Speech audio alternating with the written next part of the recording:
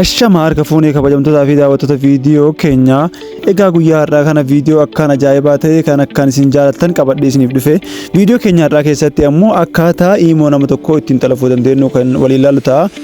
Egaa hundi keessanuu viidiyoo kana osoo irra hin taane tokkoon keessan viidiyoo daqiiqaa hanga dalagamee kana tokko yoo osoo irra hin taane tartiiba isaatiin ilaaltanii akka itti fayyadamtan isinitti hima.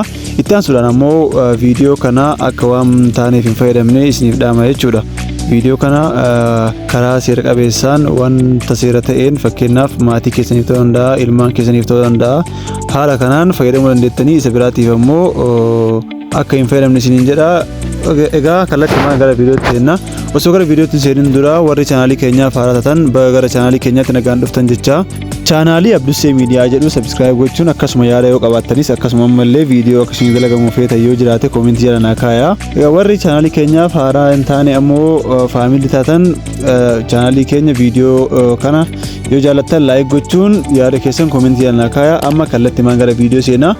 Osoo viidiyoo skipping godhin guutuu sarara isin jira. Tole kallattii amma gara viidiyoo seenna. Hayyee hordoftoota keenya viidiyoo asirratti kanarratti ammoo isin xiinxaluu qabdan tokkoffaa asirratti wanni hubachuu qabdan bilbila kan nama tokko imo nama tokko xalafuudhaaf bilbila nama sanaa isin barbaachisa. Tarii bilbila maatii yoo ta'e bilbila ilmaan keessanii ta'uu danda'a, hiriyaa ta'uu danda'a. Bilbila nama sanii irraa fuudhuu qabdan jechuudha. Erga bilbila nama sanii irraa fuutanii booda ammoo iddoon isin agarsiisu kanarratti tartiibaan itti guuttan. Karaa lamaan xalafna. Tarii tokkoffaa irratti namni isin xalafuu barbaadan suni imo yoo kan qabaatu ta'e fayyadamaa kan jiraatu yoo ta'e irratti argoona. Yoo inni kongumaa imo kan hin qabaanne ta'e ammoo imo haaraa pileestoorii gubbarraa buufnee itti bannaa jechuudha. Tole amma asirratti bakkee profaayilaa kana seentanii erga seentanii iddoo aadatti san tuqxanii booda irratti ammoo aad akkaawunti iddoo jettu kilik goonaa jechuudha.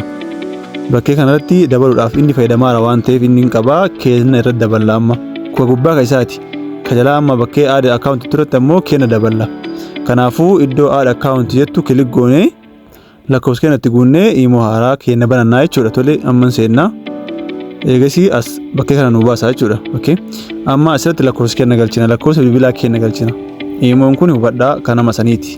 Bilbillee kan nama saniiti. Amma ammoo imoon nama galchaa jiru kun ammoo lakkoofsa keenya irra galchaa jira jechuudha.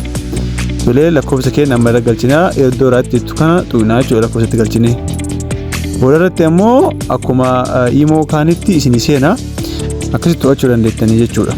Haala kanaan nama kana guutumatti maaneej gootanii waan inni haasa'u, waan inni nama wajjin haasa'aa oolu, chaatii walii barreessanii akkasuma bilbilaan ta'ee barreeffamaan ta'ee wajjin haasa'an guutumattuu to'attanii laaluu dandeettanii jechuudha. Karaa kanaan jechuudha. Inni lammataa ammoo pileestoorii irraa imo haaraa buufnaa jechuudha. Tole amma kallattii maamee gara pileestoorii seenna.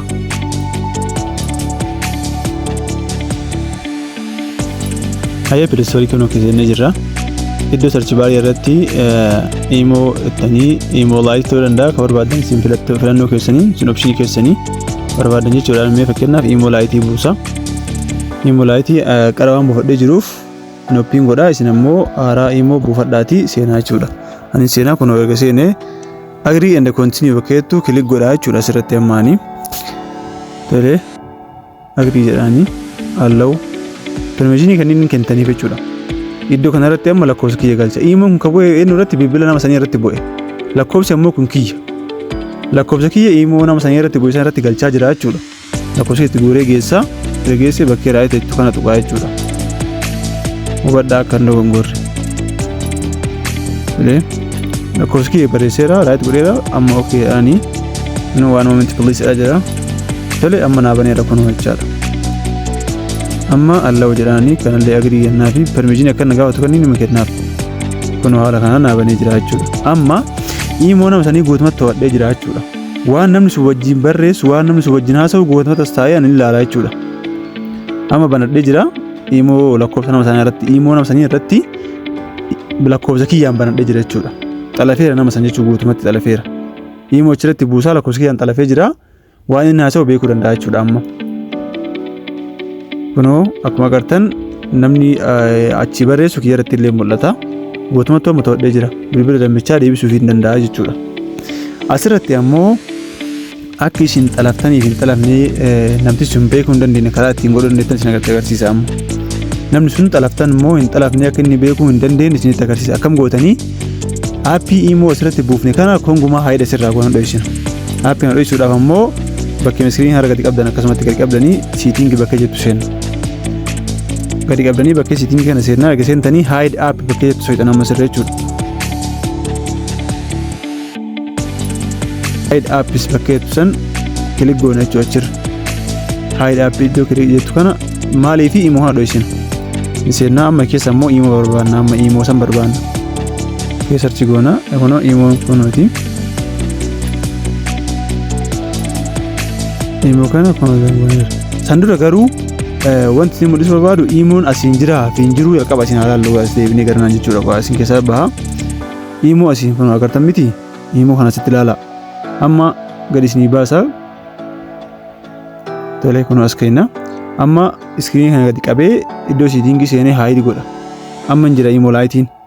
Amma haayid godhee isinitti mul'isa aappii kana jechuudha asirraa. Tolee. Imo laayit kunooti. Irratti kilik godhee dan godheera. Amma immoo duuba deebi'a. Hin jiru kunoo. Namni sun kongumaa beekuu hin danda'u jechuudha. Xalafii fi hin xalafnee beekuu hin danda'u jechuudha.